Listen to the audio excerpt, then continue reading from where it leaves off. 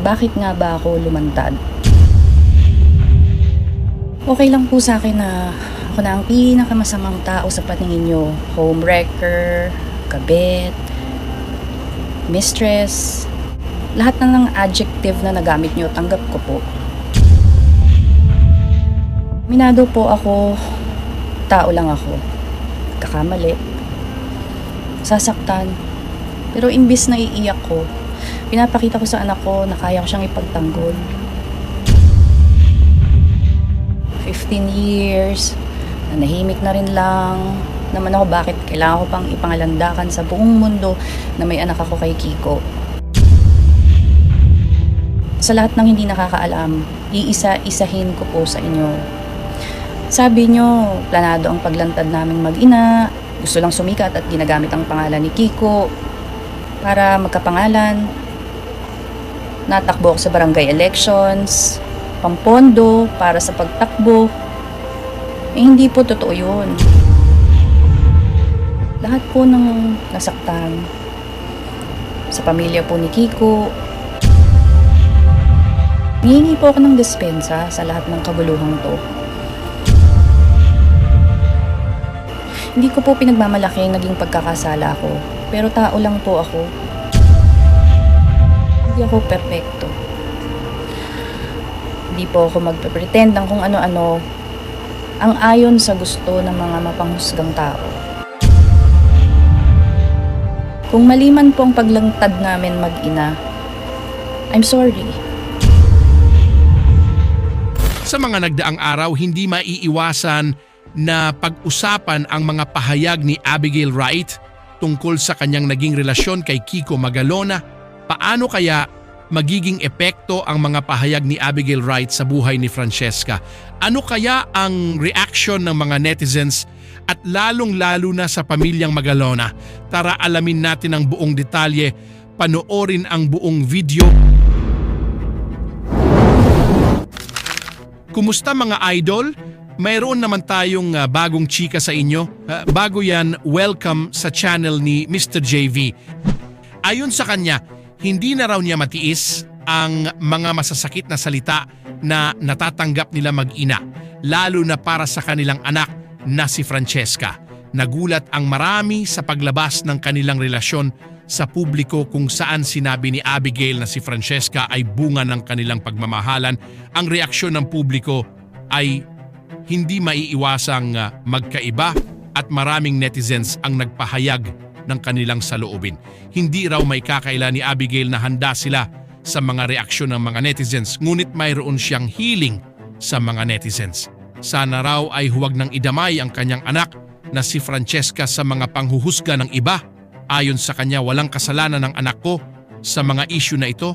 Gayunpaman, tila'y nasasaktan si Abigail sa mga negatibong balita na umiikot sa kanila mula nang lumantad silang mag-ina, ngunit ayon sa kanya, hindi niya ito pinapakita sa kanyang anak. Para sa kanya, wala nang ibang makakapitan ng lakas ng loob ang kanyang anak, kundi siya lamang. Matapos ang mga kaganapang ito, humingi ng dispensa si Abigail Wright sa mga nasaktan, lalo na sa pamilya ni Kiko Magalona. Hindi niya raw pinagmamalaki ang kanyang pagkakasala at inuunawa niya na tao lamang siya na nagkakamali. Hiling ni Abigail na sana ay mapatawad siya at umaasa siyang hindi na idamay pa si Francesca sa mga panghuhusga ng iba. Handa siyang ipagtanggol ang kanyang anak sa anumang oras.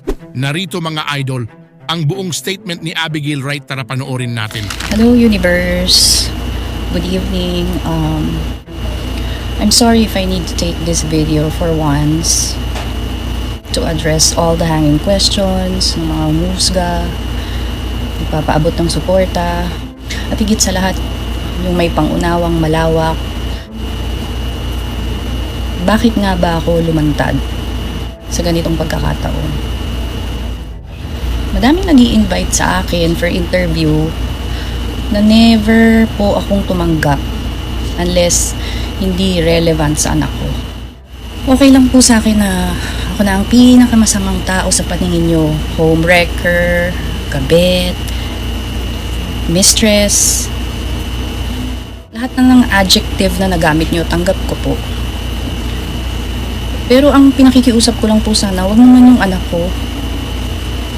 Comments, articles na iba-iba na anggulo, kung saan sana kami nakarating, mag-ina. Hindi naman po ako kahit kailan nagsalita. Unfair naman po yung mga nag-create ng matatalinong caption, paintriga para mabasa mga article nila, para galitin lalo ang mga tao na para bang ako na po ang pinakamasamang tao sa mundo. At lahat ng nagsasalita ay walang nagawang pagkakasala at mga santo. Aminado po ako, tao lang ako. Kakamali. Sasaktan. Pero imbis na iiyak ko, pinapakita ko sa anak ko na kaya ko siyang ipagtanggol. Sana po maintindihan niyo ako bilang ina na nagsasalita para sa kanyang anak. May ibang tao pong pilit kaming pinoprovoke. Hindi ko na pangangalanan pero para magpadala pa talaga ng email at message to say harsh things. This is too much.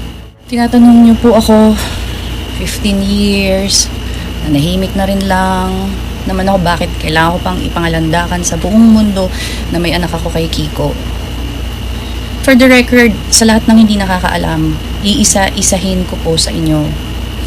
Sabi nyo, planado ang paglantad naming mag-ina at hindi magandang venue ang paglabas namin kay Boss Toyo dahil gusto lang sumikat at ginagamit ang pangalan ni Kiko para magkapangalan. Natakbo ako sa barangay elections, pampondo para sa pagtakbo. Hindi po totoo yun. Ako po ay single mom. Binuhay ko yung mga anak ko sa paraang alam ko. Siyempre sa tulong din ng mami ko na hindi ako pinabayaan sa lahat ng nangyari sa buhay ko. Naging FA ako, trabaho ako sa call center. Kahit nung pandemic, hindi ko kinakahiyang maglako ng mantika, harina, asukal, mga baking ingredients na dinideliver ko kung saan-saan. Mataguyod ko lang ang mga bata. Si Cheska bata pa lang, alam na niya ang pangarap niya. Yon ay maging artista regardless of who her father was. When she reached age of 14, she was firm to decide na papasukin niya na ang mundo ng showbiz. Last year, nakakontrata na kami under management ng talent agency ni Direk Mon Rocco. From then on, nag-undergo na si Cheska ng appearance sa mga live gig para matrain ang stage presence niya.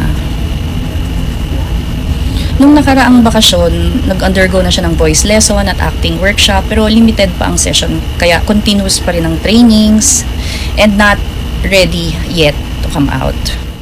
Since we are from Cavite, we have to travel to Quezon City, so I advise Direk if we can have service vehicle for trainings and shows. So he told me we don't have budget. Kung kani-kanino lang kami nanghihiram ng masasakyan.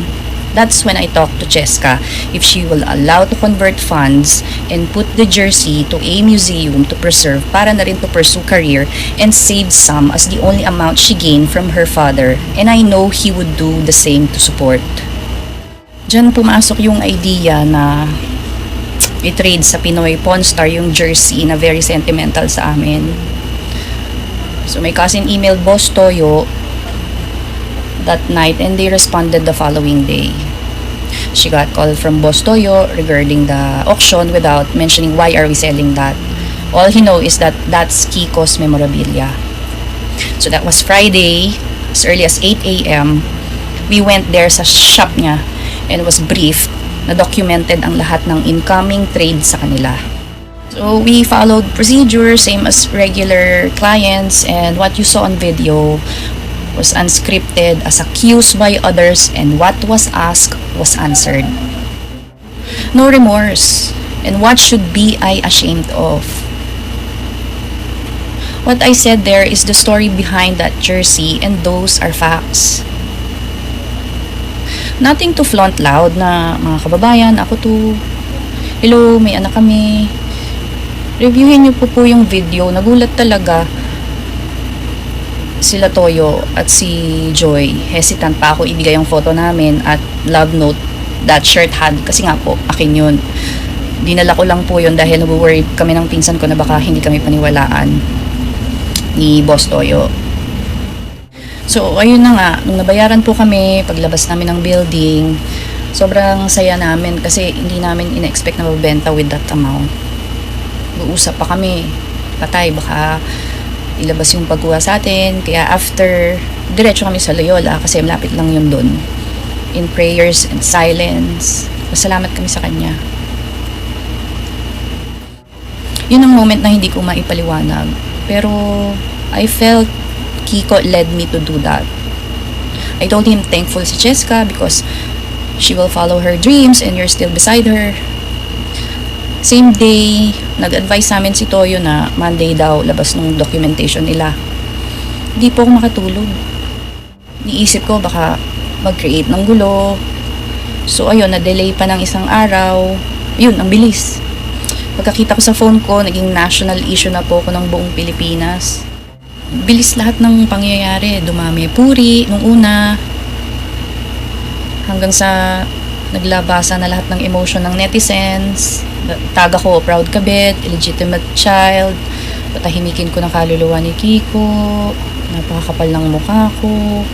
Masyadong maingay, insensitive para sa pamilya. At para sa kakalinawan po ng lahat. Wala po akong pinaglalaban. Nagkataon lang, nagbenta ako ng jersey ni Kiko para suportahan ang karerang tinatahak ng anak niya. Yun lang po yun. And the rest is history. Sinasabi po ng mga tao, walang kasalanan ng anak ko, nanay dapat ang i-bash nyo. Pero di maiwasan ang duda, kumpara, at masakit nito panlalait sa anak ko na sa dami hindi ko naiisa-isahin. Ordinaryong bata lang po si Cheska na napakadaming pangarap. Mag-isa lang po ako sumusuporta sa kanya with my mom. At walang magulang ang hindi kayang gawin ang lahat para sa anak niya. Sa lahat po ng nasaktan, sa pamilya po ni Kiko, hihingi po ako ng dispensa sa lahat ng kaguluhang to. Hindi ko po pinagmamalaki naging pagkakasala ko, pero tao lang po ako. Hindi ako perpekto. Hindi po ako magpe-pretend ng kung ano-ano ang ayon sa gusto ng mga mapanghusgang tao. Kung mali man po ang paglangtad namin mag-ina, I'm sorry. Pero hindi nyo ako kailangan husgahan sa kung ano lang ang nababasa nyong pinalala ng opinyon ng mga mapanghusgang tao at gumagawa ng content para lalong palalain ang sitwasyon. Naitin nyo po ako, tanggap ko yun. Pero ang paratangan nyo ng kung anak niya, anak ko, magsasalita po ako. Hindi ako maalam sa batas, pero ang tanong ko po, ang hindi alam ng nakakarami na nung nagkarelasyon kami ni Kiko, hanggang sa mamatay siya, alam ko ano ang estado ko sa buhay niya. Ayan, tinatanong nyo po, nasan ako? Noong mga panahong nagkasakit siya, buntis po ako noon. Nanganak, naka-confine na siya noon. Nakabalik. 2 months na si Cheska, then hindi na siya nakalabas pa. Araw-araw po ako ang kausap niya. Gusto ko pong pumunta pero ayaw ko na pong dagdagan yung pangyayari. Ayaw ko nang dagdagan yung pinagdadaanan nila. Masakit pero tulad nila, lahat kami umaasang kakayanin niya at gagaling siya. Pero hindi na niya kinaya. Nasaan po ako nung burol niya? Tanungin niyo po sila dahil lahat sila alam nila kung sino kami ni Cheska. We were there. Ito na lang din po ang tanong na gusto ko din po sanang maliwanagan. Kung kabit po ako, nanira ako ng pamilya, sana may maglakas ng loob na sabihin na wala na sila ni Pia nung dumating ako sa buhay niya. Lalaga po ako nung naging kami ni Kiko. Wala na po siya sa family residence nila for years. And wala po akong na-violate na batas sa Pilipinas dahil single po ang marital status ng partner ko hanggang sa kinamatayan niya. Pinaliwanag sa akin ni Kiko from the start what we are facing, documents will show. Kaya ipinagpaalam niyan sa mami ko at saka sa pamilya ko, sa lola ko. Wala po akong hinahabol. Masyado nang matagal lahat ng nangyari. We're not expecting approval or acceptance, but respect. We are all children of God. And no label kung ano man ang origin ng pinanggalingan natin. Lahat tayo may mga pribadong problema sa mga kanya-kanya nating pamilya. And I believe we just all want the best for our children. Huwag po sanang husgahan ng isang tao. Batay sa narinig at nabasa ninyo. Alamin niyo muna ang buong kwento bago niyo siraan ang kanyang pagkatao. Please po, I hope this video will clarify all and stop hatred. Maraming salamat po. Kayo mga idol, ano ang masasabi nyo sa chika topic natin ngayon? At syempre bago tayo magtapos sa ating video, ay inaanyayahan ko kayo na mag-like sa ating Facebook at mag-subscribe na rin sa YouTube, dahil malaking tulong na ito sa pag-grow ng aking channel, upang mas lalo pa ako na magsipag sa pag-upload ng mga videos na kagaya nito. Hindi naman ako nagmamakaawa sa inyo mga idol, pero sana maawa na kayo. Hanggang dito na lang ang ating video, maraming salamat sa inyong pagtambay, bye-bye!